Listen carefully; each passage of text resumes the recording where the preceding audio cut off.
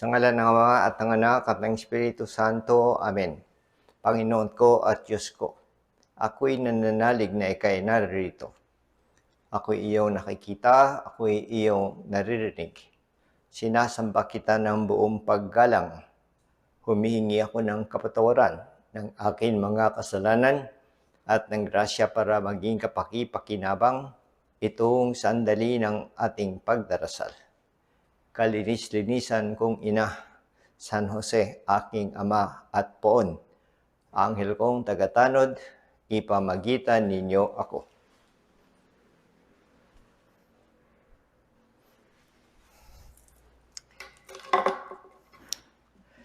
Tayo'y narito sa ating buwanan pagtatakbo, sa ating paghuhubog nitong unang buwan ng taon. At ang daming kapistahan na ating pinagdiwang mula noong tayo'y nagtapos ng taon. At ganun din ating inagahan bago magpasko yung buwanan paghuhubog. At mula noon tayo na'y nagsimbang gabi at ating pinagdiwang ang Kapaskuhan, kapanganakan ng Batang Jesus, at pumasok agad kasunod na araw yung sumunod doon ay Holy Family, no? Kapistahan, solemnidad ng Sagrada Familia. At hindi nagtagal dumating na ang bagong taon. At doon maraming tayong batian, no, sa isa't isa, sa ating mga kaibigan, kamag-anakan, dahil narito na tayo, no? At pagkatapos ng Pasko, yung sumunod ay yung Epipania ng ating Panginoon. At hindi nagtagal, yung mismong linggo ay natapos ang kapanahunan ng Pasko sa binyag ni Jesucristo. At ngayon ay tayo'y nasa ikatlong linggo na ng pangkaraniwang taon. Ay, kay bilis ng panahon at sigurado itong mga araw nitong Pasko, ang dami natin ginawa kahit na nasa pandemic tayo. At unang-una na, nagtapos ang taon ng pasasalamat sa ating Panginoon.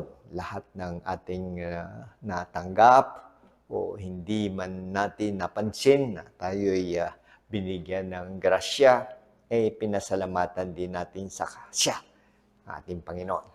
At yung pagkukulang naman, ating hiningi na ng kapatawaran. No? Kung hindi man tayo nakalapit sa sakramento dahil limitado, tayo'y humingi na ng kapatawaran at nagbabalak na kung may pagkakataon sa parokya, tayo'y makalapit sa sakramento ng pangungumpisal. At dahil nga dito sa ating bagong taon, marami tayong naisip na anong maaring mangyari o anong ating gagawin sa gitna pa rin ng pandemic. Siguro hina-hina Omicron ang pinag-uusapan, maraming kaso na umakyat. Ganun pa man, patuloy tayo sa ating buwanan, paghuhubog, pakikipag-usap, pagsusuri ng ating sarili, kung ano man ang ating pag-uusapan. At nagtapos nga ang Kapaskuhan doon sa binyag na ginawa, na pinakita ng ating Panginoon Jesus bago nagsimula yung kanyang public life. No? At nandoon si Juan Bautista at sinabi nandoon ang kordero ng Diyos at siya'y pumayag na binyagan. Magandang halimbawa na pakita. Hindi dahil siya'y nagkasala o may pagkakamali. Wala. Siya'y Diyos anak na naparito. Kaya lang, Lord, kaya niyo ginawa yun para maipakita na dadaan kami sa tubig. No? At kayo'y nilubog ni Juan Bautista at pag-angat nyo, may boses na narinig, ito ang aking pinakamamahal na anak. Sundin nyo siya. At tinutukoy nga si Yesu Kristo. At dahil nga doon, ibig ng ating Panginoon na malinis ang ating kaluluwa. Dahil tayo'y may bahid ng kasalanan, original o personal, na kailangan ng tubig, ng binyag para maalis. Kaya tayo'y dito mapalad, nagpapasalamat din sa Panginoon dahil dumating ang mga misyonaryo 500 taon na. No, itong taon ating pinagdidiwang pa rin ang 500 years of Christianity. Maraming salamat, Panginoon, dahil sila'y dumating dito at kanyang ikinalat yung inyong itinuro sa mga alagad nyo at nakarating dito sa ating bansa.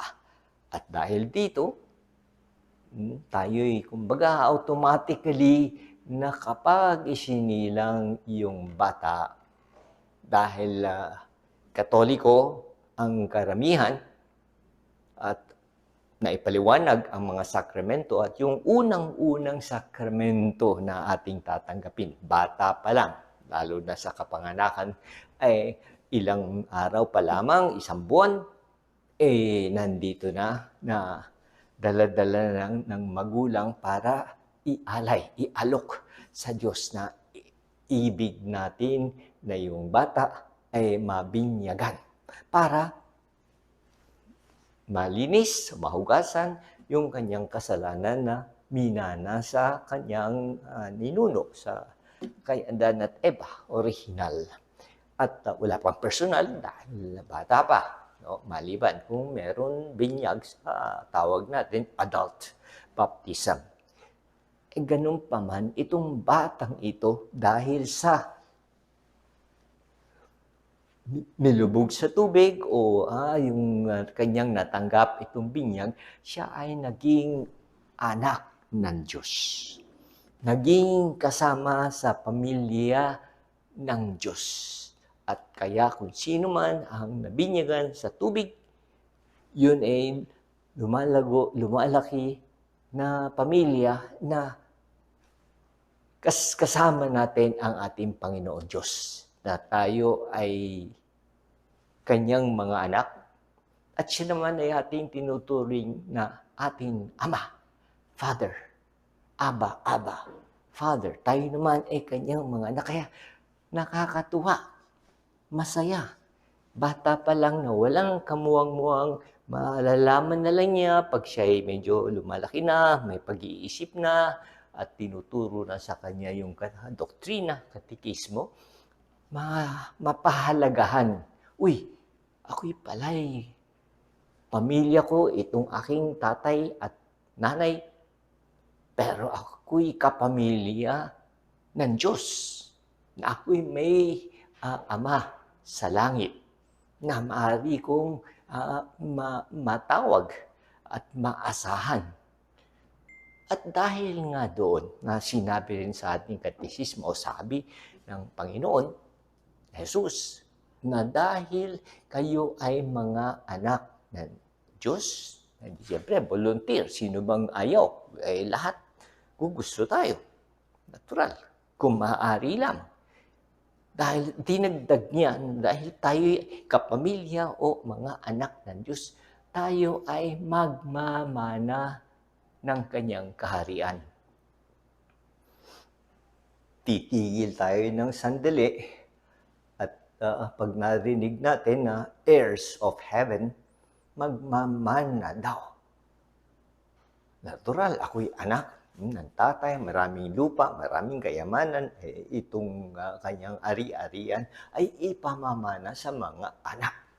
Kung kayo'y 5, hati-hati. Pero dito, dahil sa lahat ng mga nakapasok sa pamilya na binyagan, ito yung pinapangako. Tayo'y magmamana ng kaharian ng Diyos balang araw, sa lalong madaling panahon. Dahil alam naman natin, no, lalo na kapag na-COVID, kapag na-aksidente, na hindi inaasahan, nandoon na. Makarating na doon sa sinasabing, eto, magmamana ka na. Pero sa pagmamana, kailangan natin ng mga pundasyon. Kailangan natin maging matatag, na tayo'y tutulad, no? Tayo'y gagaya sa isang anak na kaisa-isa na galing sa langit. At walang iba yung ating tinutukoy si Yesu Kristo na naparito tulad natin, kaya lang walang kasalanan, at siya'y pinanganak ng Pasko na ating pinagdiwang. Dumating siya, walang kamuang-muang, no? At alaga ng kanyang magulang, si Maria San Jose.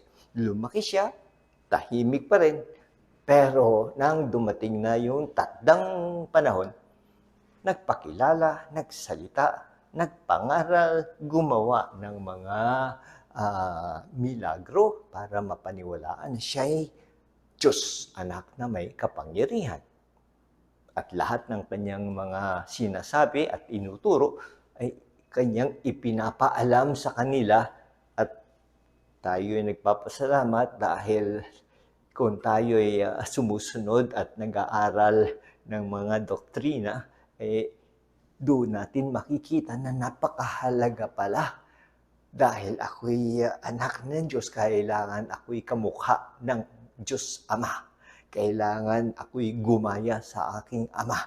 Dapat kailangan kong masunod kung ano yung kanyang itinuturo sa amin. At sana ay sinasagawa ko sa aking araw-araw na kabuhayan. So, tuloy-tuloy na ating ibig makilala, malaman, no? Hanggang, kumbaga, tayo'y ating mahalin ang ating Panginoon tulad ng pinakita ni Hesus Kristo. Rito, hindi lang pangaral, turo, no? Kundi sa bandang huli, atin ding ipagdiriwang pagkaraan ng 1-2 buwan, yung Kwaresma, at doon, kanyang ipinakikita na kaya ako'y naparito dahil yung padala ng Ama na anak, si Hesus Kristo, ay mag-aalay ng kanyang buhay para sa atin. Sa atin ng mga kapamilya at may mga kasalanan na hindi natin mabayaran dahil tayo'y tao lamang. Walang iba na naparito para magbayad, kundi si Jesucristo na dapat nating pasalamatan. Thank you, Lord. Dahil sa Kanya, may pag-asa. Bubukas yung pintuan ng langit para tayo'y papasukin. Kung hindi nakasara siya, kahit na kumatok tayo, ako'y papasok ka nun. Hindi. Hanggang hindi dumating si Jesucristo at bayaran yung ating utang. May utang tayo. May kasalanan tayo.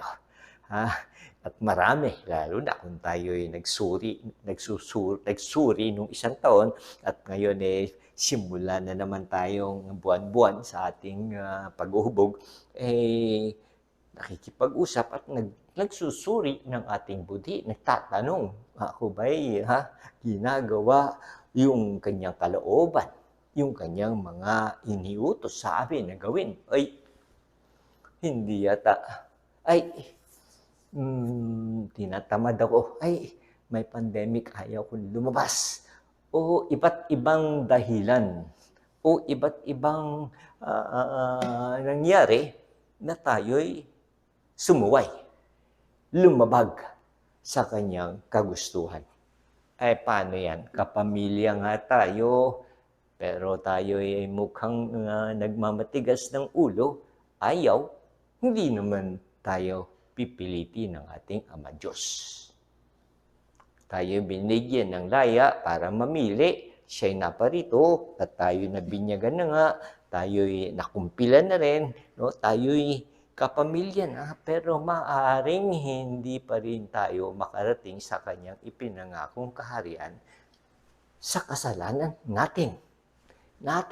Tayo lang ang magsisisi dahil bakit hindi ko sinunod, bakit tayo ang sisisi. Kaya habang may pagkakataon, habang mayroon tayong modelo, mayroon tayong tutularan, si Ama, yung Diyos Anak, na nakikita ko, nakikilala ko, nakakausap ko siya ngayon dito. Binibigyan kami ng lahat ng tulong, ng grasya, ng sakramento. Nandito na nga na ating sinabi, nakapasok na tayo sa unang hakbang na tayo'y nabinyagan. O malamang tayo na may edad na, nakumpilan. Pasok tayo sa ikalawa. Dahil tayo'y nagkaroon na ng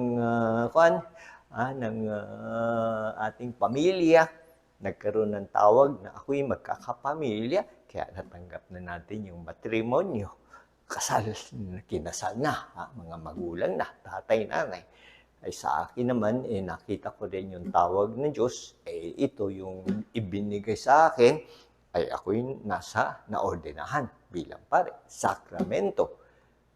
At yung ating ginagamit, mayat ay kailangan nating gamitin dahil tayo nadapa, nasugatan, nagkamali, humihingi ng kapatawaran. Saan tayo pupunta? Anong sakramento?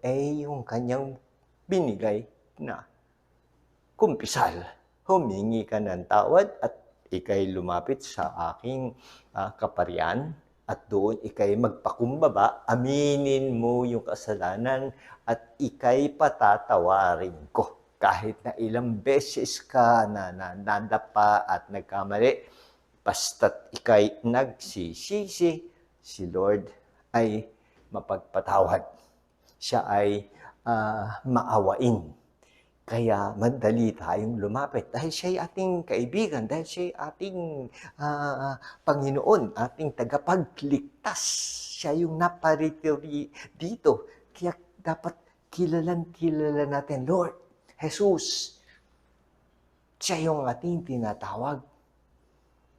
Madalas, dahil siya yung kasama-sama natin na ayaw natin tumiwalag o humiwalay dahil pag napalayo tayo, ang lalapit sa atin ay yung kaaway.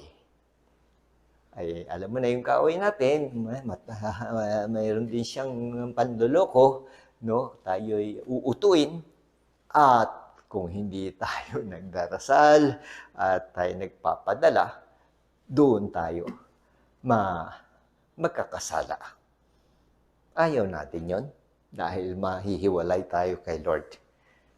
At sasabihin natin, pag ganun ng ating kalagayan, may sakit yung kaluluwa, matibay ang katawan, maayos, magaling ang trabaho, pero kung yung kaluluwa natin may sakit, may kasalanan, at hindi nagsisisi, patuloy pa rin kanyang ginagawa dahil parang enjoy ako dito, ay masarap ng buhay ito, no? Kinalimutan na ang Diyos na hindi na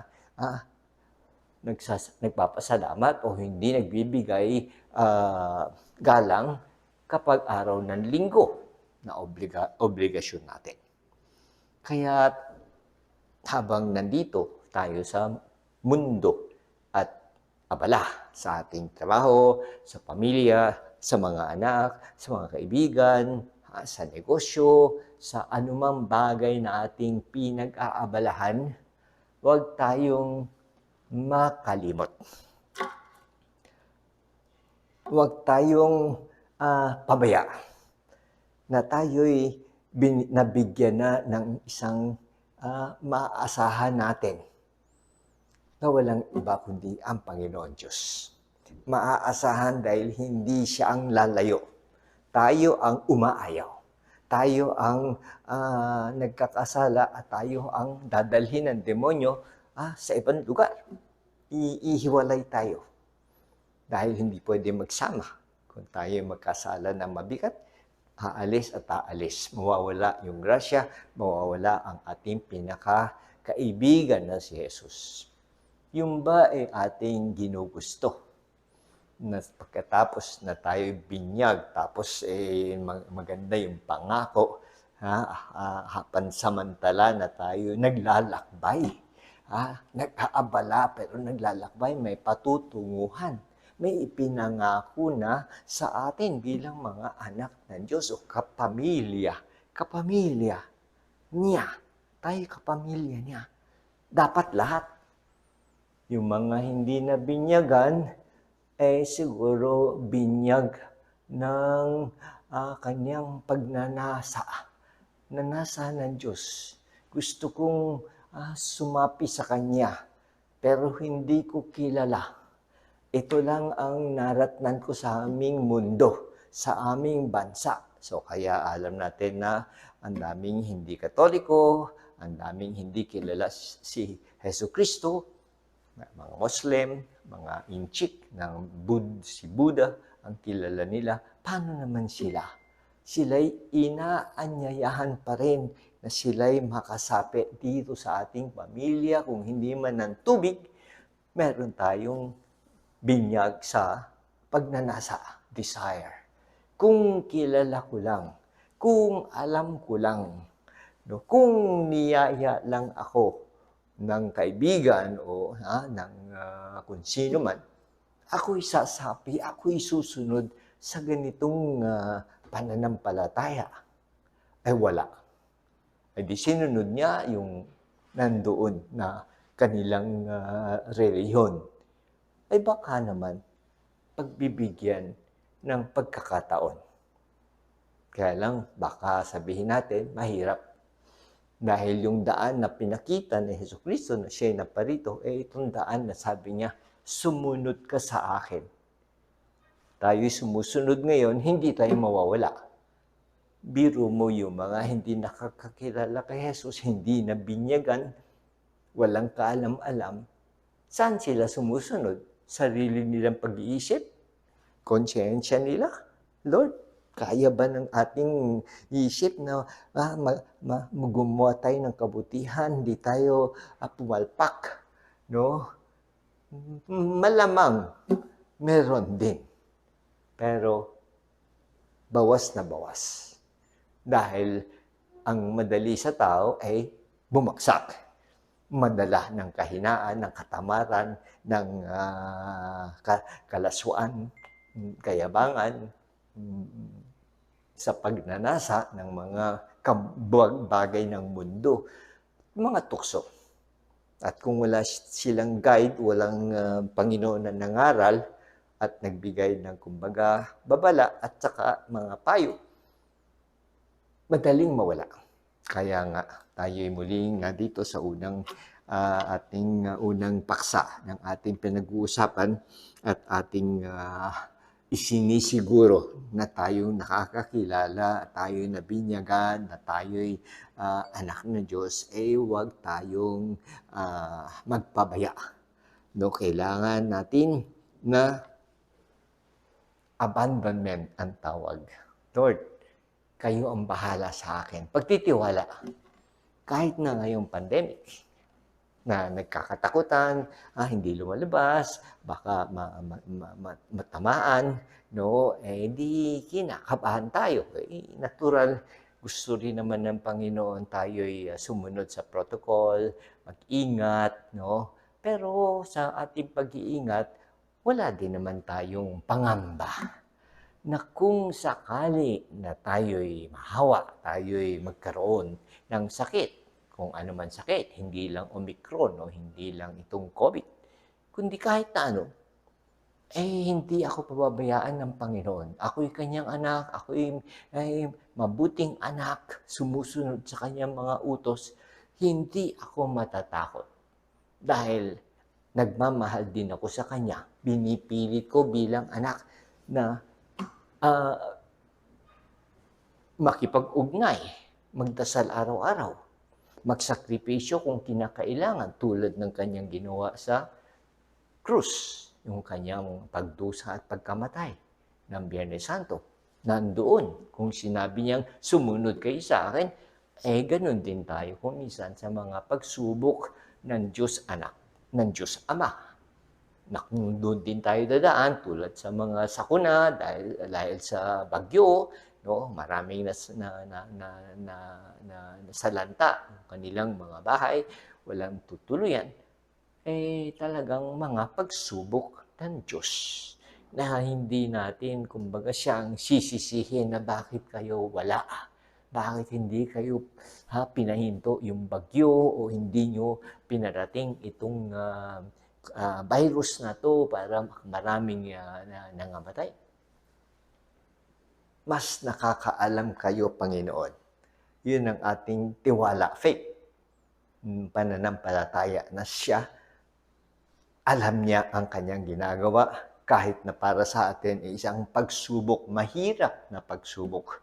Dahil hirap na tayo, hirap na yung mga tao, no? Wala nang makain, wala nang matuluyan, no? Wala nang lahat, magrereklamo tayo sa Panginoon.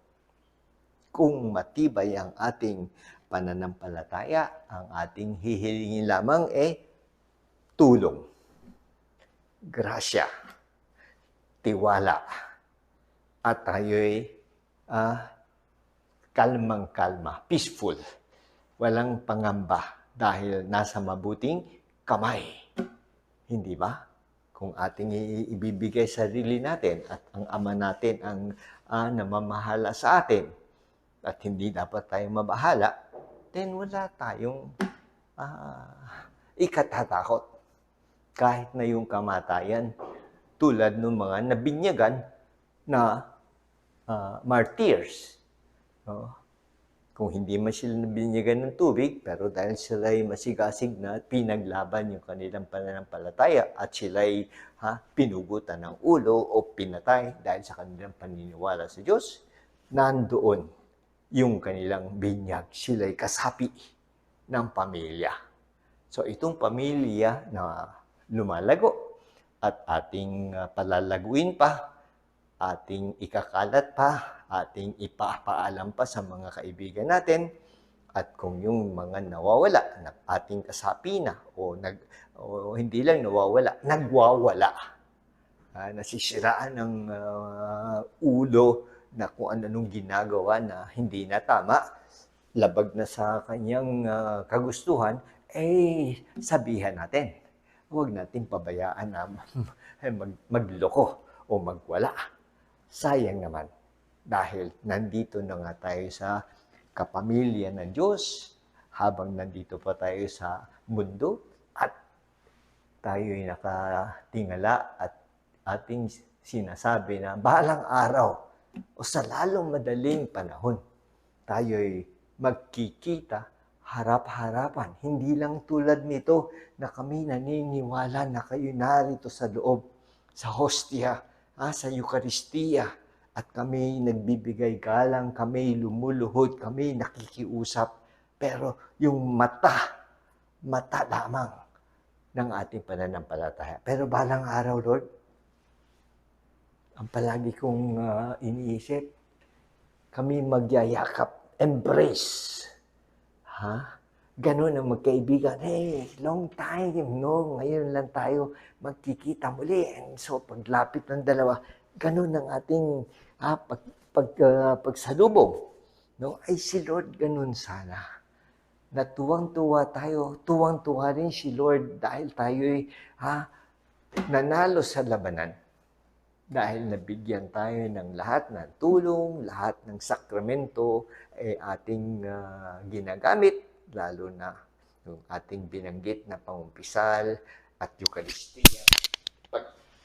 Pagkain na nagbibigay buhay, lahat yun ay ating pinasasalamatan sa Kanya. Kaya tayo'y muli na lumapit sa ating mahal na ina. Na siya ang ibinagkaloob din.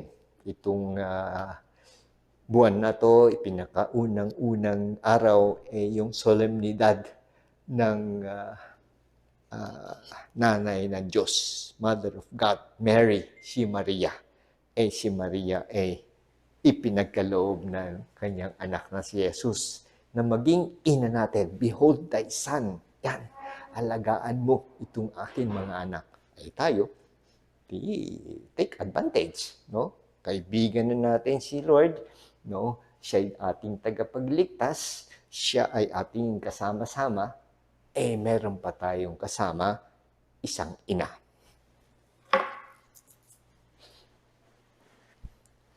Ako'y nagpapasalamat, Diyos ko, sa mabuting pasya at inspirasyon na iyong inihatid nitong sandali ng pagdarasal. Humihingi ako ng tulong para maisakatuparan ang mga ito. Kalinis-linisan kong ina, San Jose, aking ama at poon. Anghel kong tagatanod, ipamagitan ninyo ako.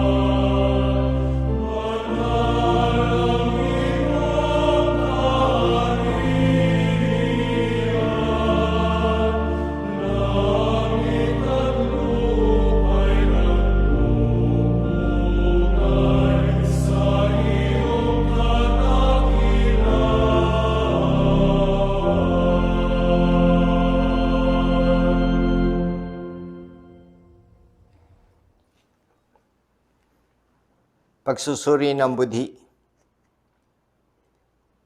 pagganap sa harap ng Diyos.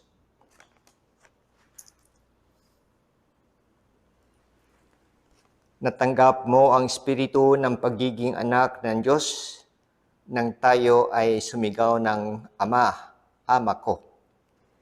Sa pamamagitan ng pagharap at paglutas ko ng mga problema, nakikita ba sa akin ang pagmamahal ng Diyos bilang kanyang anak?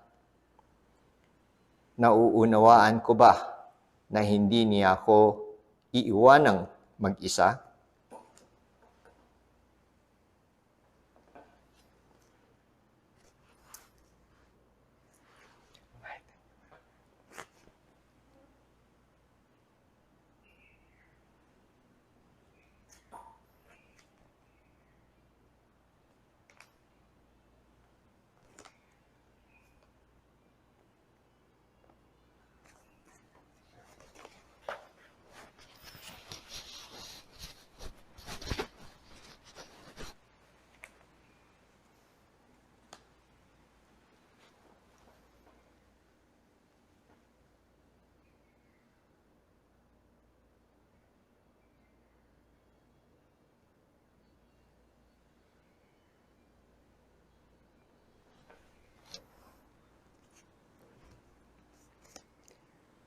Ang Diyos ay isang Ama, iyong Ama, puno ng kaaya-aya at walang hanggan pag-ibig. Tawagin mo siya palagi at sabihin mo sa Kanya, sa iyong pag-iisa, na mahal mo siya, na mahal mo siya at ipinagmamalaki mo siya. At ikaw ay malakas dahil ikaw ay anak niya. Ano ang maaari kong sabihin sa Diyos ngayon upang maramdaman ko ang kanyang paglalambing at ang kanyang walang hanggang pag-ibig?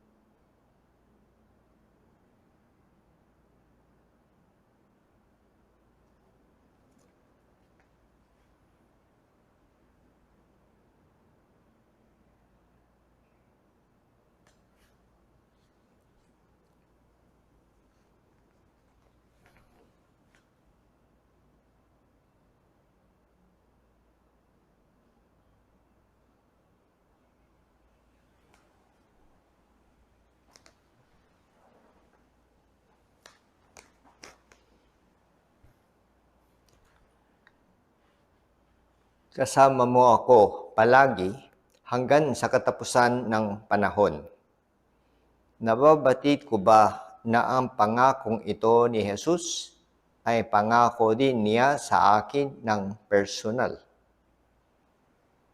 Ito ba ay nagbibigay sa akin ng kapayapaan at seguridad sa aking pang-araw-araw na buhay?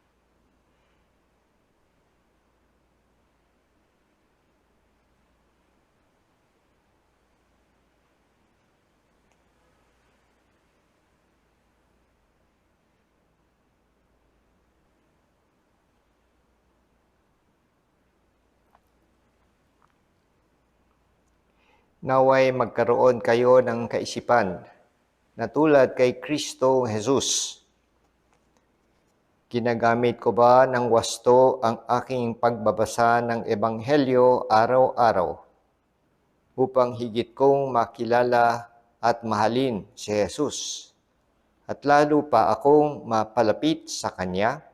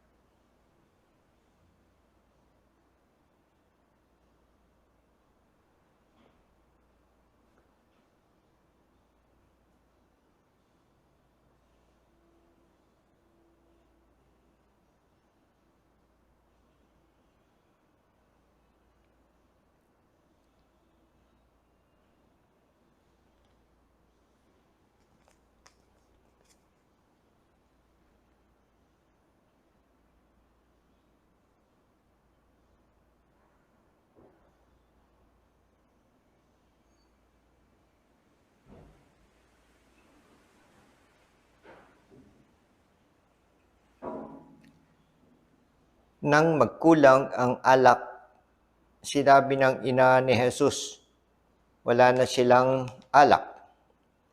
Sa Kana, si Maria ay nagpumilit, hindi nawalan ng pag-asa, nagtiyaga, at siya ay nagtagumpay. Ako ba ay mayroon pangangailangan na maaari kung ihingi ng tulong sa aking ina, ang mahal na Birhen Maria, na buong pagtitiwala at kababaang loob?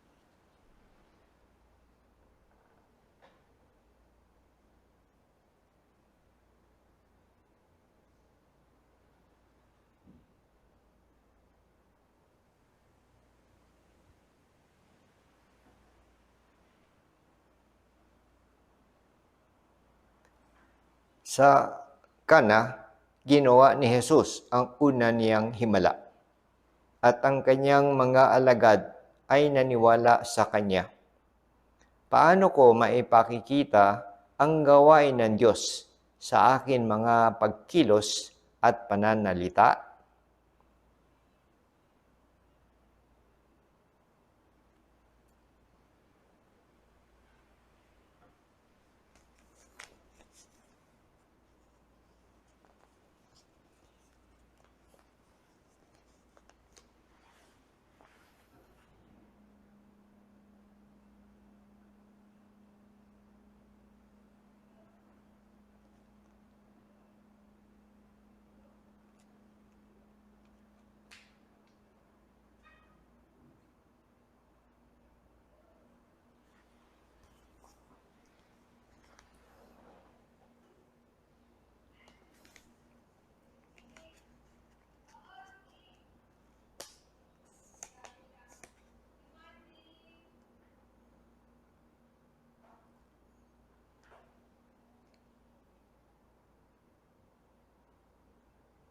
Santa Maria, ating pag-asa, luklukan ng karunungan, ipanalangin mo kami.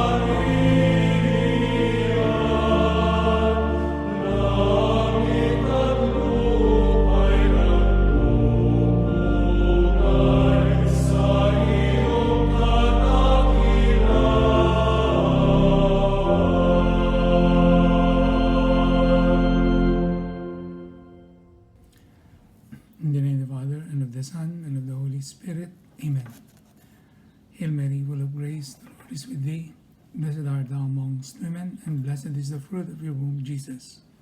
Holy Mary, Mother of God, pray for us sinners, now and at the hour of our death. Amen. Saint Gabriel, pray for us. Saint Paul, pray for us. Happy New Year to all of you. Bagong taon na naman, bagong mga pagsusubok, bagong mga challenges, at gayon din, meron ding mga bagong pagkakataon. Lalo na ngayong taon na to, sa bansa natin ay magkakaroon ng eleksyon, lokal at nasyonal. So, asahan na naman ang nakaugalian na maraming mga pangako, maraming mga pag-aangkin ng mga nagawa. Ganon din, marami din pagsisinungaling. So, napakadali na baguhin, no, ang mga katotohanan upang palabasin ang gustong palabasin. So, gaya ng mga bagay na maganda, no, like natural resources, mga puno, mga ilog, at ganun din ang mga kaugaliang Pilipino na pagiging matapat, pagiging mapagpakumbaba at pagbigay. Ang katotohanan din ay dahan-dahang nawawala o humihirap hanapin, no? So ang lagi nating nakikitang madalas ngayon yung mga fake news, o kaya yung mga parang sine, no? Make believe, parang invento na katotohanan. Meron na nga akong nababasa ngayon na tinatawag nilang augmented reality. Yung hindi naman totoo pero ginawang parang totoo. Itong mga nakaraang mga buwan na nabasa ko na ang pangalan ng Facebook binago na, no? Naging Meta para sa Metaverse. Since hindi ko naman naiintindihan kung ano yung Metaverse, so ni-research ko. Yung palang Metaverse ay creating a new reality or an alternative reality, no? So pwede kang gumawa ng parang sarili mong mundo na gusto mong mangyari, na pwedeng naiiba sa actually na nangyayari. Siguro nangyayari yung mga bagay nito dahil sa improvement ng teknolohiya. Dati hindi pwedeng gawin, ngayon pwede nang gawin. At saka ganun din yung creativity, no? Yung katang-isip or abilidad ng mga tao na gumawa ng mga ganitong pagbabago.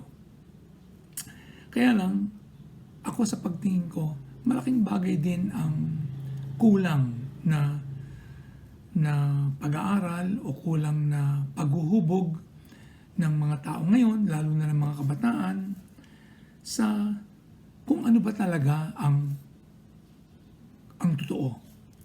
Ano ba talaga yung tinatanggap na katotohanan at ano ba talaga ang pinanggalingan at ang kahulugan ng pagiging tao.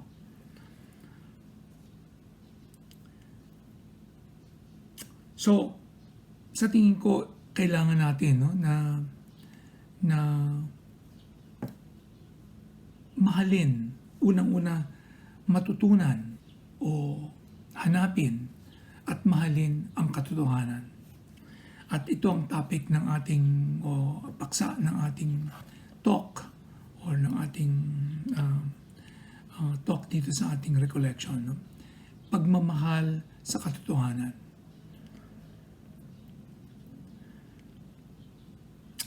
Ang kadalasan nating nadidinig ngayon ay madidinig mo to kung nanonood ka ng mga pagsasalita, no, ng mga medyo kilalang mga celebrities, mga kilalang mga artista.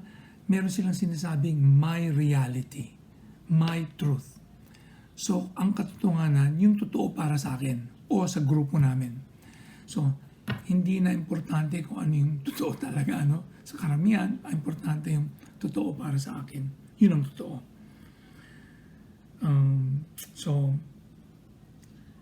hindi na mahalaga kung ano ang tinatanggap or itinuturo ng mga otoridad, no? Yung or mga nirirespeto ng mga otoridad. So napakadali, no? Napakadali na iimbentuhin or gumawa ng sarili nating katotohanan. Mga halimbawa na gusto kong ibahagi sa inyo na nadidinig din natin, lalong-lalo na sa ibang bansa, sa Amerika, sa Europa, ganoon na rin, naumpisahan na rin sa atin sa Pilipinas. Halimbawa, yung abortion, no? So, isang pinagkakaguluhan ngayon sa Amerika, yung Roe versus Wade. Kasi, gusto nila na may gusto na ibalik yung ban, no? Na hindi pwedeng basta i-abort. Pero ang katwiran ng mga pro-abortion, ang bata, hanggat hindi pa lumalabas sa sinapupunan ng kanyang ina, parte pa rin siya ng katawan ng kanyang ina. So magiging tao lang siya or magiging, kumbaga sa tao na may sariling desisyon kung nakalabas na siya or sariling buhay kung nakalabas na siya sa kanyang ina. Kaya ang sabi ng mga nagsusuporta sa Roe versus Wade law or ruling at saka ng mga pro-abortion is mayroon akong karapatan sa sarili kong katawan. And since itong bata na to, parte ng katawan ko, ako ang may desisyon hanggat nasa akin ito. Well, alam nating lahat, no? Ang bata sa loob ng sinapupunan ng kanyang ina ay tao. Tao na may sariling buhay, no? O pwede talagang mabuhay. Isang halimbawa din yung pag-aasawa. Ngayon hindi na gusto may mga grupo na gusto ang pag-aasawa, madali lang dapat i-end, no? Iputulin. Isa na lang yata sa pagkakaalam ko, isa na lang yata ang Pilipinas na bansa na wala pang divorce law, no? So ang pag-aasawa, ang marriage ay agreement lang ng dalawang tao. Isang lalaki, isang babae. Yung iba, pinapalitan na rin yung definition ng marriage. Pwedeng pag-aasawa ng isang lalaki sa isang lalaki din o isang babae sa isang babae din. At hindi kasama dito ang Diyos na pagkakaalam natin na gumawa ng sakramento ng pag-aasawa o pagtataan ng marriage. At marami pang ibang examples, no? Ibang mga halimbawa. So, ang nakikita kong ibig sabihin nito or kahulugan nito ay ang tao, ang importante sa kanya, yung kanyang gusto. At inalis na niya ang kagustuhan ng Diyos para sa tao. Kung ano mabuti sa tao, okay lang, no? Kung anong gusto niya. Meaning, kung anong gusto ng tao, yun. Wala nang kinalaman ang gumawa sa atin, ang lumikha sa atin, ang Diyos. So, mapapansin din natin ito sa mga taong naniniwala sa Diyos, pero hindi naman sila gustong sumunod sa kanyang mga utos, dahil pagsunod sa kanyang utos, mayroong mga parte nun na importante na mahirap sunurin. Kaya mabuti pa kahit naniniwala ka sa kanya, pero gagawa ka ng sarili mong mga batas o sarili mong katotohanan.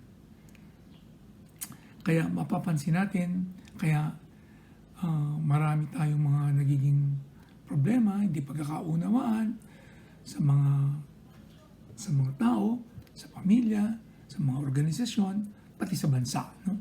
Dahil kanya-kanyang definisyon, kanya-kanyang halugan kung ano ang katotohanan. Isang rason din kung bakit nangyayari ito ay ang tao gusto lang niya yung convenient sa kanya, no? Yung madaling gawin, yung yung masarap gawin, no? At ayaw din niyang maging responsable dun sa mga nagiging bunga o nagiging resulta ng kanyang mga desisyon kahit mali pa yon o kahit na hindi ayon, no, sa utos ng Diyos or kahit na sa utos ng ng nature, no, or natural law. Kaya sa tingin ko kailangan talagang mahalin natin ang katotohanan. Ngayon, ang Diyos nagbigay ng utos, no, na tungkol sa pagmahal at pagsunod sa katotohanan. Ito yung pangwalong utos ng Diyos. Huwag kang magbibintang at huwag kang magsisinungaling. Do not make false accusations and do not lie. So, alam natin ito lahat, no? The 8th commandment. Kaya lang, yung pangwalong utos, mas malawak kung ating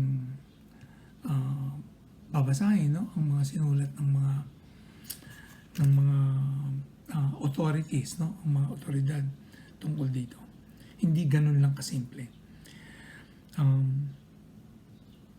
Si Jesus mismo, ang ating Panginoon ay nagsabi, ako ang paraan, ako ang daan, ako ang katotohanan, ako din ang buhay.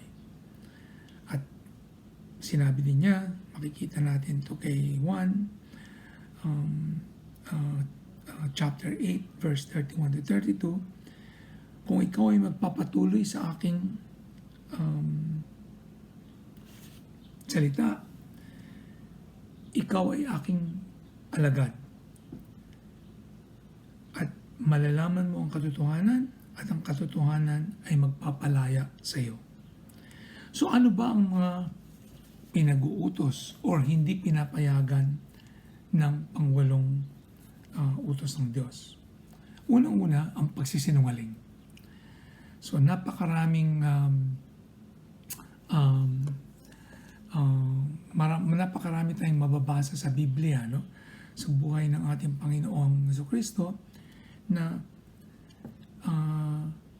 galit siya, no? Tinutuligsa niya yung mga Pharisees, tsaka scribes, mga Fariseos, tsaka mga eskribo, dahil ang kanilang buhay ay tinatawag na double life, no? Iba sa labas, iba sa loob. O kaya parang doble ang pagmumukha, no? So kasi ang kanilang mga salita hindi naaayon din, ang kanilang mga gawa ay hindi naaayon sa kanilang mga salita. Sa ating mundo ngayon ay may mga ganun ding halimbawa, no? Siguro ang pinakamaganda example niyan yung hypocrisy, pagka-hipokrito, no? O kaya yung sobrang yabang, yung kunwari napakagaling, no?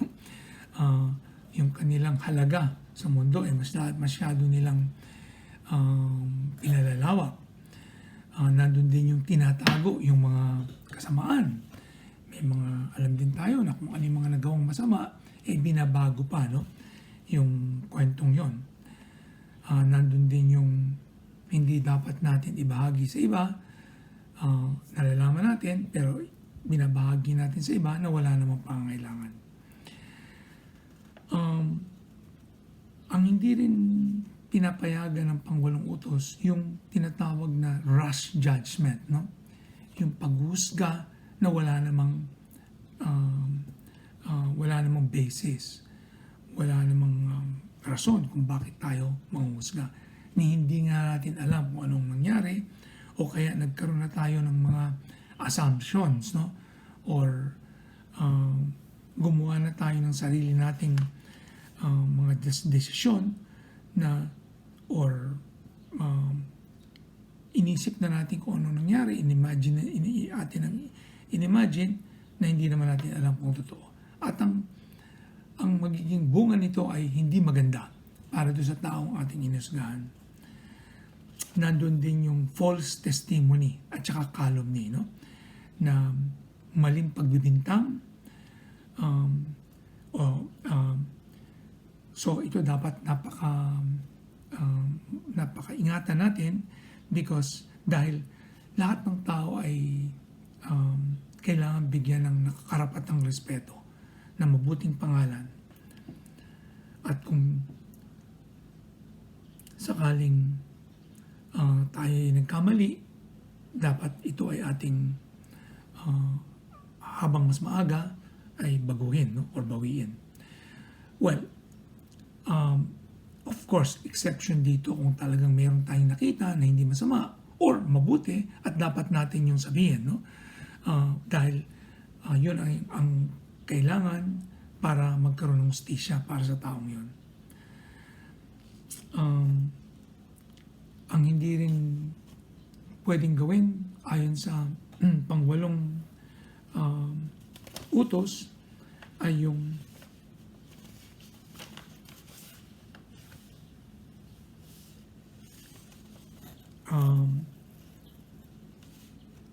exaggerating faults, no? Yung pagkakamali ng tao ating palalaguin, no? Ang nakagawa ng maliit na pagkakamali atin ang palalabasin na lahat na lang ay dahil dun sa pagkakamali na yon. So, hindi yun definitely, no? Hindi yun katotohanan. Yun din chismis or gossip, no? Dapat natin iwasan ng pagsasalita tungkol sa ibang tao, lalo na kung hindi mabuti, kung wala yung taong yun para pagtanggol o ipaliwanag ang kanyang sarili. Hindi rin tama ayon sa pangwalong utos yung flattery o yung sa atin pambobola, no? Yung hindi naman totoo pero kung ano-ano nang sinasabi natin sa ibang tao. So marami tayong mga kilalang ganyan, no? Gustong-gusto nila na gawin ito. Yun ding hindi pagsasalita kung dapat magsalita. Lalo na kung mayroon tayong nakikitang hindi tama or makakasama sa pag-iisip ng mga tao, lalo na ng mga bata or yung mga tumitingin sa atin na mabuting halimbawa. Kung hindi tayo magsasalita, baka pwedeng isipin nila okay lang gawin yon, no? So kailangan tayong magsalita. So kailangan din yon ng pangwalong utos. Okay, magandang halimbawa yan ang pagmamahal ng katotohanan na tumayo tayo at ipaglaban kung anong totoo. Okay. So, nasabi ko na kanina, kung sakaling meron tayong liwanagan na mayroon tayong hindi nagawa na labag or meron tayong nagawa na labag sa pangwalong utos, ito ay dapat nating isatama sa lalong madaling panahon. Napakalaga din na tayo ay maging sincere, no? Maging matapat, maging matapat at matapat sa kung ano talaga ang dapat na sabihin at ano din ang dapat hindi sabihin. Ito ang pinakamagandang paraan para magkaroon ng peace, no? ng pagkakaunawaan ng mga tao na malapit sa atin or na kasama natin. Napakahalaga din ang pagiging matapat. Loyalty is another word, no? Yun ang ibig sabihin ng pagiging makatotohanan sa ating pagkilos o behavior, sa ating pagkaugali. So, sa pangwakas, gusto ko lamang ulitin na napaka-importante para sa atin, lalo na tayo na nag-attend no, ng mga recollection, na ituloy-tuloy natin ang paghanap kung ano ang totoo. Kailangan nating buksan ang ating mga isip upang malaman natin ang nararapat na malaman, lalo na hanapin natin ito dun sa mga sources, no? Dun sa kilala natin na mapagkakatiwalaan ang kanilang mga sinasabi. Hindi pwedeng kung ano na lang ang marinig natin sa social media o marinig natin kung kani-kanino, maniniwala na tayo. Dapat nating verifikahin at suriin kung ito ba talaga ay totoo o nararapat. Okay.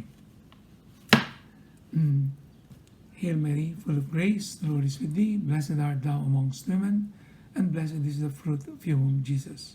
Holy Mary, Mother of God, pray for us sinners, now and the hour of our death. Amen. Holy Mary, our hope, seat of wisdom, pray for us.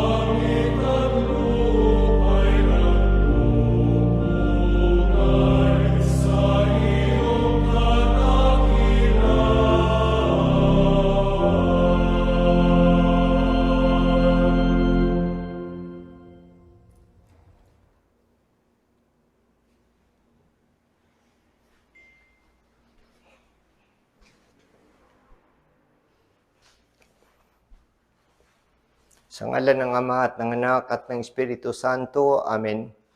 Panginoon ko at Diyos ko, ako'y nananalig na ika'y naririto. Ako'y iyong nakikita, ako'y iyong naririnig. Sinasamba kita ng buong paggalang. Humihingi ako ng kapatawaran ng aking mga kasalanan at ng grasya para maging kapaki-pakinabang itong sandali ng ating pagdarasal. Kalinis-linisan kong ina, San Jose, aking ama at poon. Anghel kong tagatanod, ipamagitan ninyo ako.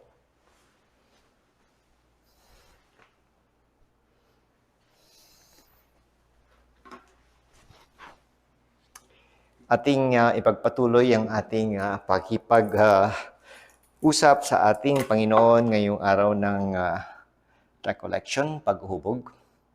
At sa unang meditation ay napakaganda ng pasok, no, na tayo'y inaanyayahan lahat na makarating sa kaharian ng Diyos dahil tayo'y nasa pamilya niya. At ating durugtungan na kalooban din ng Diyos na nung siya'y naglalakad na at kung saan-saan siya napupunta, may isang storya na may kasalan. Marriage at Cana. Alam na natin ang istorya na may masaya, no? Dahil nandun na yung dalawang nagmamahalan na magkakaroon ng pamilya. At ang nangyari nga, sila'y sumama, halo. At si Nanay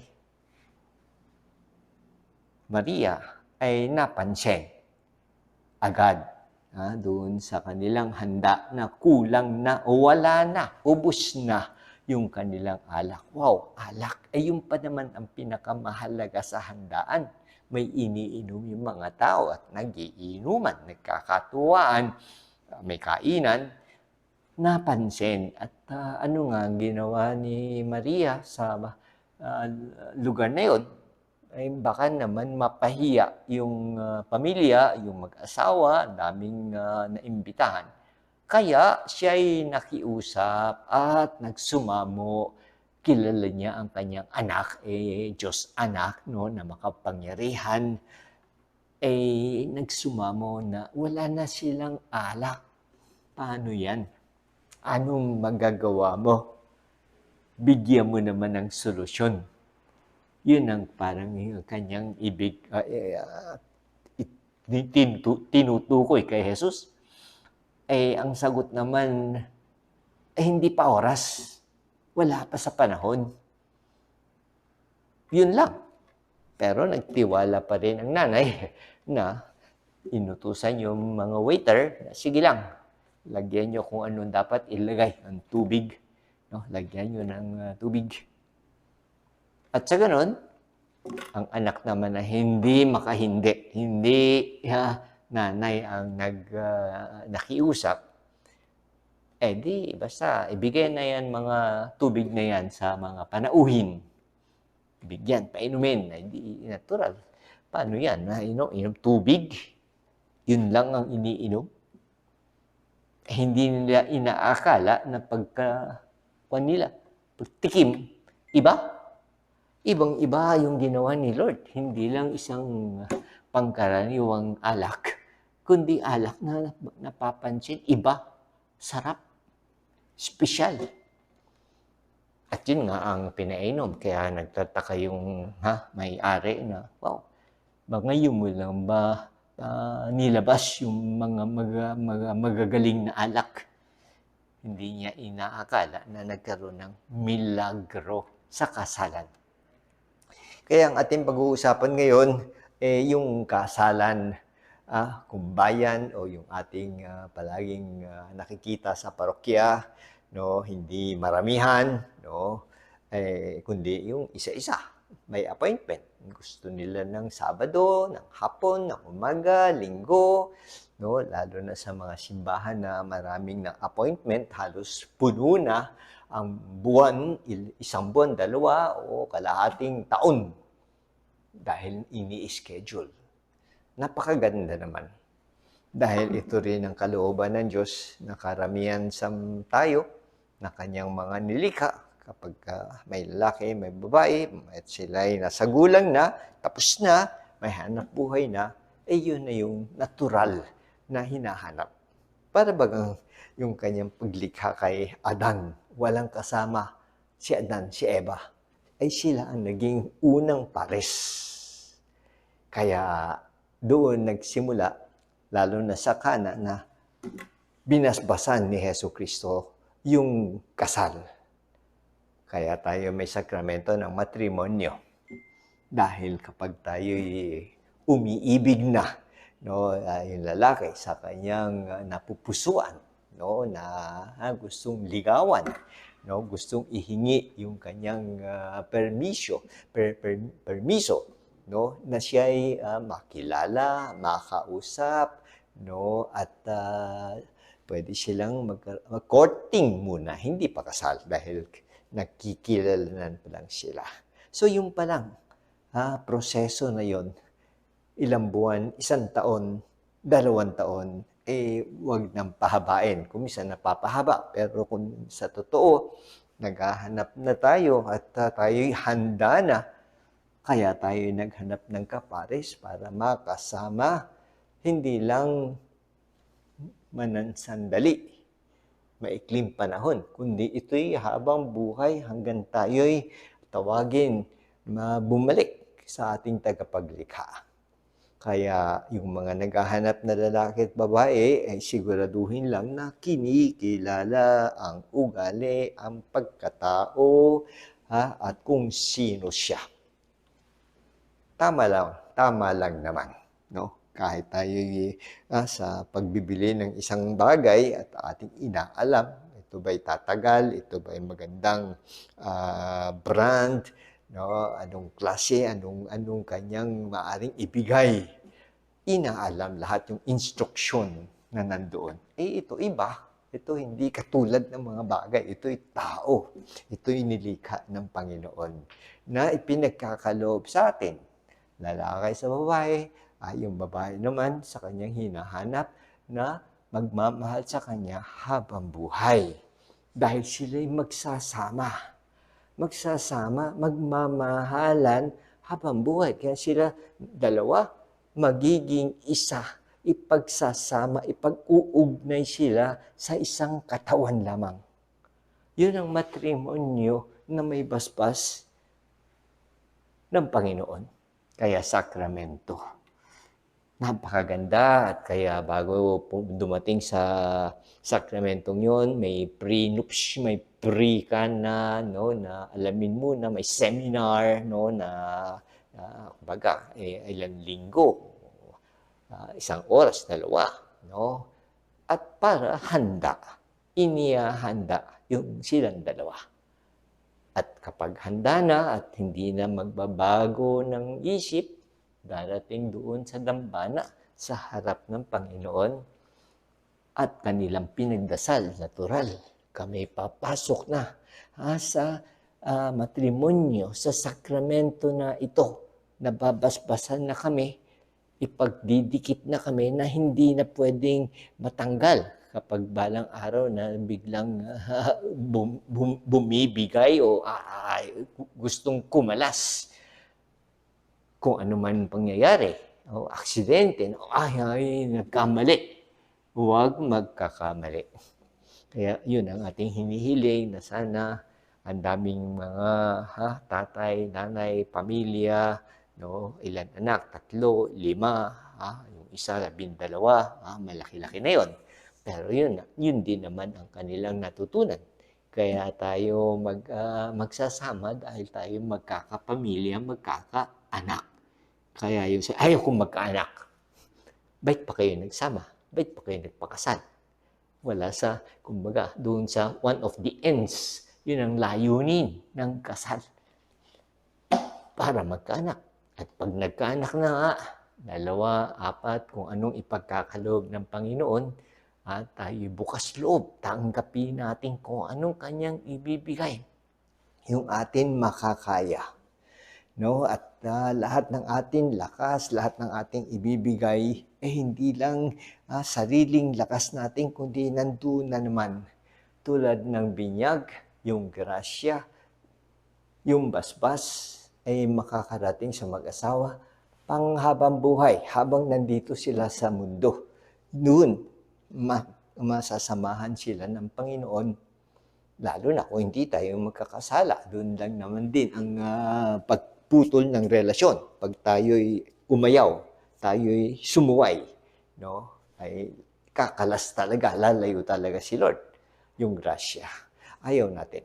Kaya kung itong matrimonyo na marami na dito, mga may pamilya na, dumadalo dito sa ating paghubog, ating pangalagahan itong magandang tesoro, treasure, na ating dala-dala habang buhay.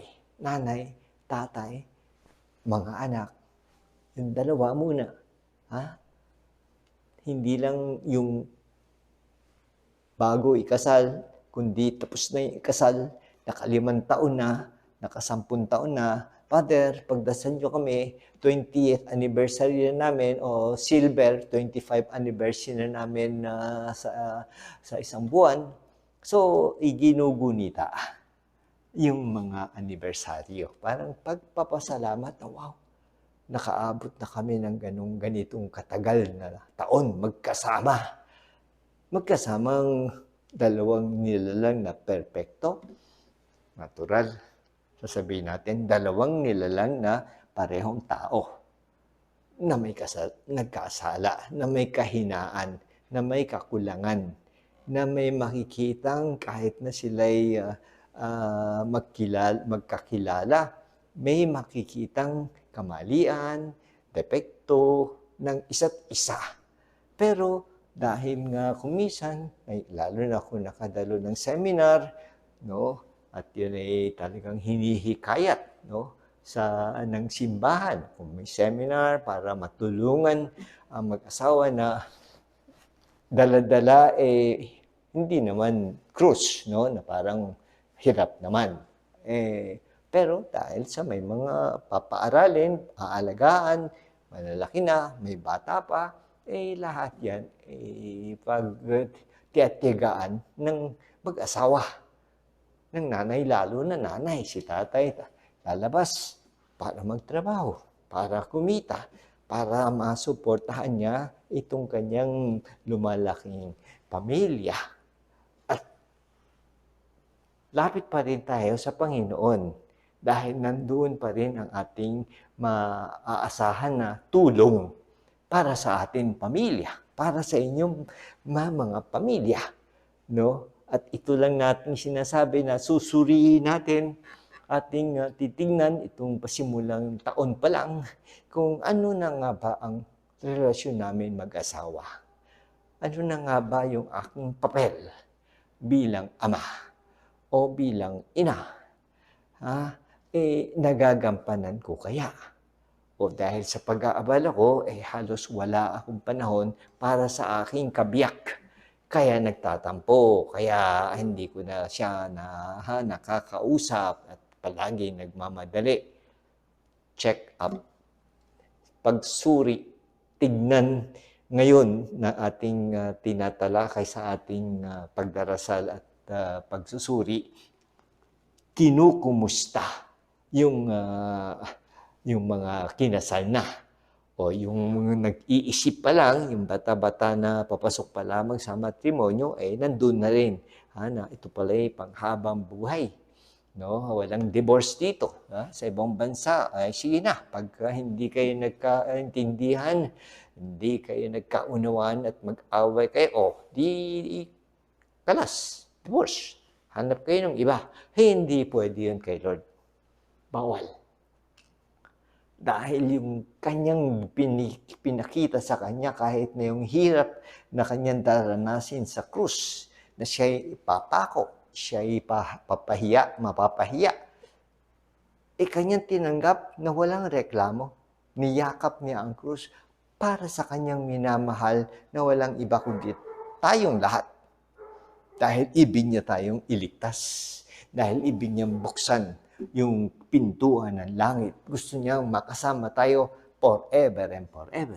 Kaya kahit na anong hirap, kahit na anong sakit na inyong dinanas sa krus, hindi lang tayo nakadinig ng isang salita na naiinis, nagagalit, no? Nagmumura.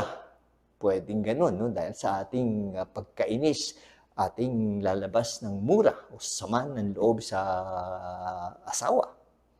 Hindi pwede dahil minahal tayo ng Panginoon. Kaya yung mga mag-asawa na yung communication konting may hindi dumarating, yung internet na puputol o dahil malayo nasa OFW, Dubai, Qatar, no, at nagtatawagan lamang pero hindi na nakikita, hindi na nagsasama, mahirap yun. Dahil may internet kung malakas, pero meron isang bagay pa na hindi tayo talagang magkasama pisikal. Kailangan ko ng karinyo, kailangan ko na ikay makita, ikay mahalikan ko, ikay mayakap ko, dahil yan ang pagmamahal sa matrimonyo. At kung tayo may nagsasama at nasa isang bubong, I work at home, palaging siya na lang nakikita ko sa umaga, sa tanghali. Halos nagsasawa na ba tayo? Ang tanong, nagsasawa na ba na siya palagi nakikita ko, siya palagi naririnig ko? Pero yung bang rinig, napakagandang musika, na parang huni ng ibon, ang sarap pakinggan, ang sarap sagutin. Dahil nagmamahalan yung mag-asawa, yung kanilang sinimulan, yung inyong sinimulan na matrimonyo. Na do you love, do you take so and so? Yes, I do. Ikaw naman, yung kabila, tinanong din siya, yes, I do. Nakarinig yung mga sponsor, yung mga ninong-nina, na kayo'y nagsabi na, oo, yun na yung paninindigan na natin dahil si Lord din na siya yung saksi, no, na narinig tayo, kayong mga may bahay na pumapayag at siya lang at wala ng iba. Wala nang, kumbaga, may tukso sa labas o may mga ibang sekretaryo. Ay, bawal at hindi tayo magpapatukso sa demonyo. Ang ibig natin, itong matrimonyo maging matatag.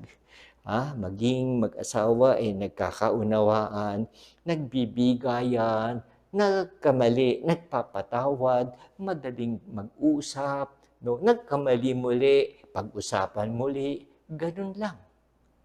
At tuloy-tuloy habang tumatanda at yung wedding anniversary nasa 50th na, no? At 50 taon na. Sawa na, pagod na, matanda na, wala nang pagmamahal, nawala na yung affection, no? Parang tuyong-tuyo na pareho. Huwag naman. Kung maaari, lalo na kapag tayo'y nagdarasal, at hindi natin pinababayaan yung kanyang mga itinuro sa ganitong matrimonyo tawagin. Na ang kanyang pananaw is habang buhay. Ngayon, na kasi simula pa lang hanggang sa mauna na yung isa, na tawagin at susunod na yung kabiyak. O nauna, maaga pa, nauna na, naging balo, tagal na, ilang taon, kasi malamang kung nag-asawa ulit, kung gusto niyang may kasama. Pero kung hindi, andyan na tayo. No? Pati yung pag-alaga ng anak, pagpapaaral, pag-asikaso, no? Tama ba yung kanyang paglaki, yung bata na tinuturuan ba ng tama, lalo na ng ating pananampalataya sa Diyos? Nakikita ba hindi lang sa salita, anak, itong gawin mo, anak, simba ka, anak, puro utos. Yung tatay, yung nanay, kaya pwedeng sabihin, sama-sama tayo. Makita na yung buong pamilya, pati si tatay at nanay, no? Kasama yung 5 anak na nakasakay, at sabay-sabay sisimba. Linggo, sama sila.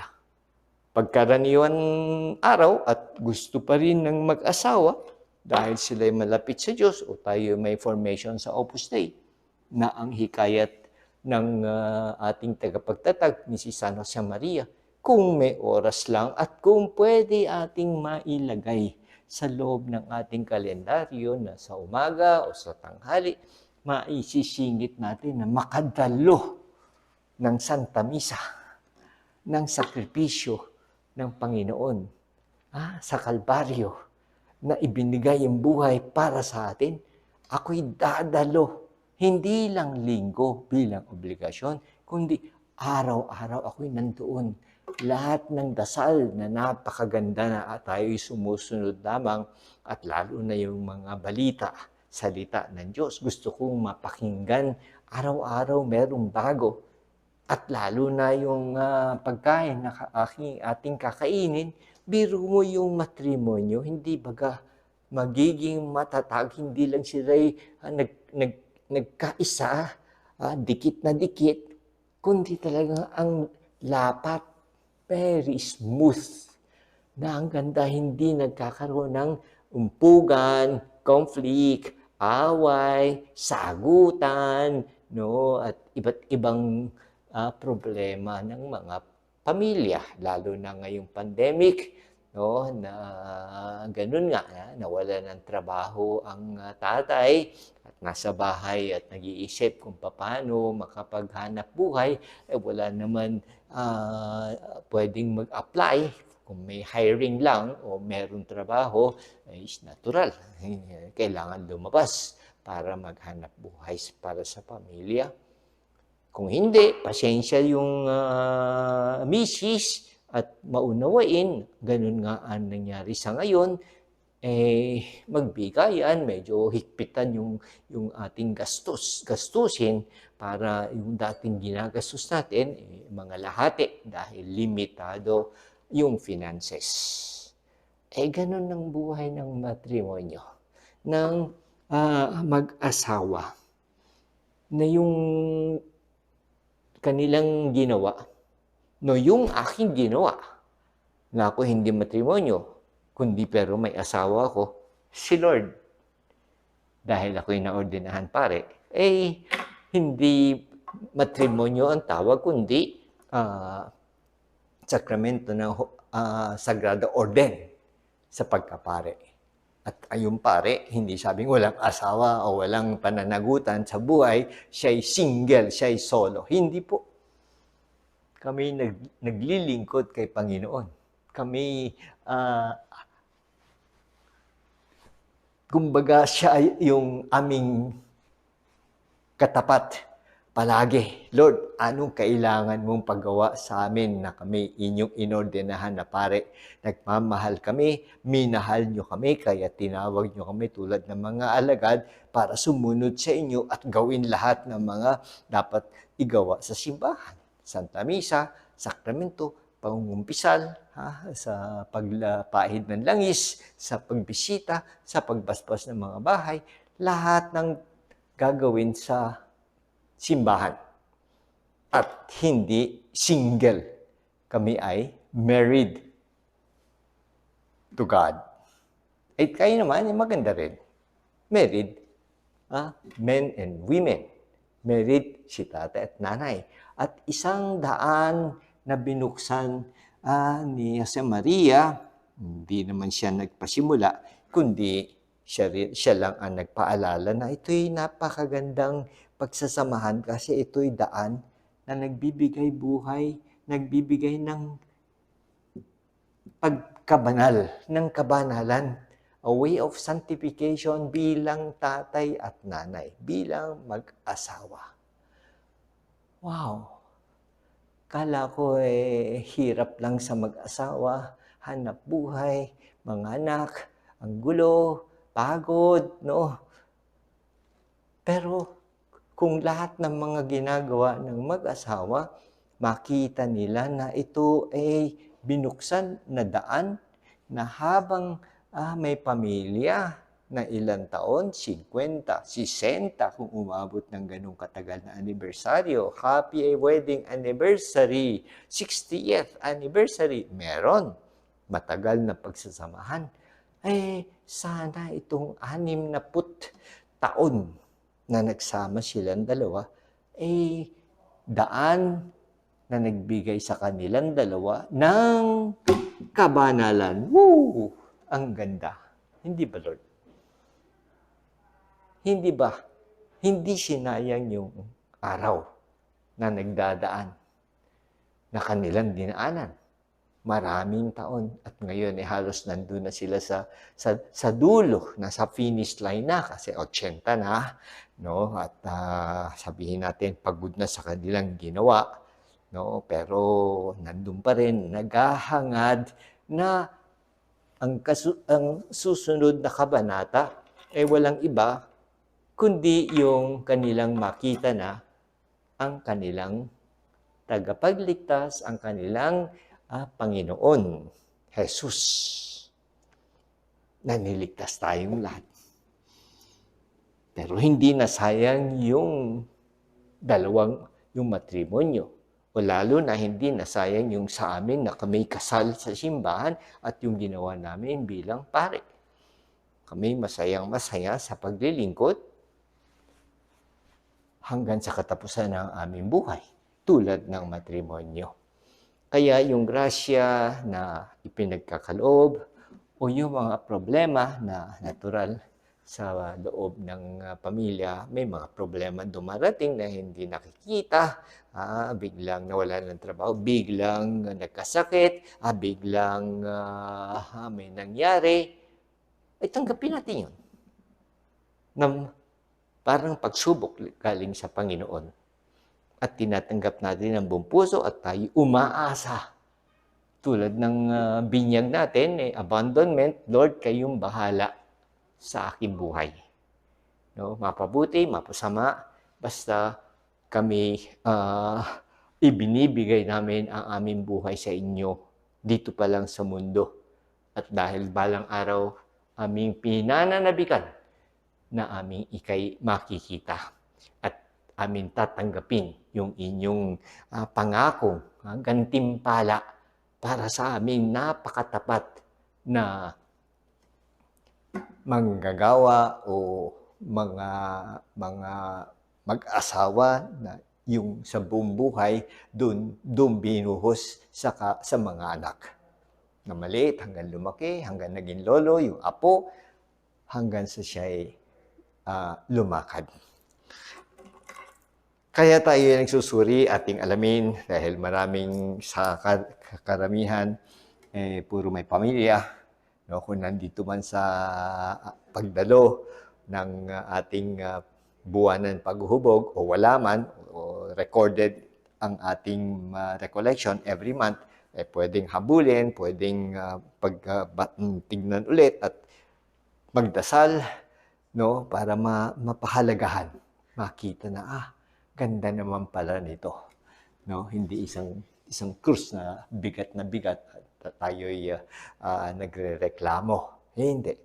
Hindi nagreklamo si Lord sa Kalbaryo. Tayo hindi rin magrereklamo, lalo na yung mag-asawa sa maraming bagay na kanilang nararanasan ngayon pa lamang.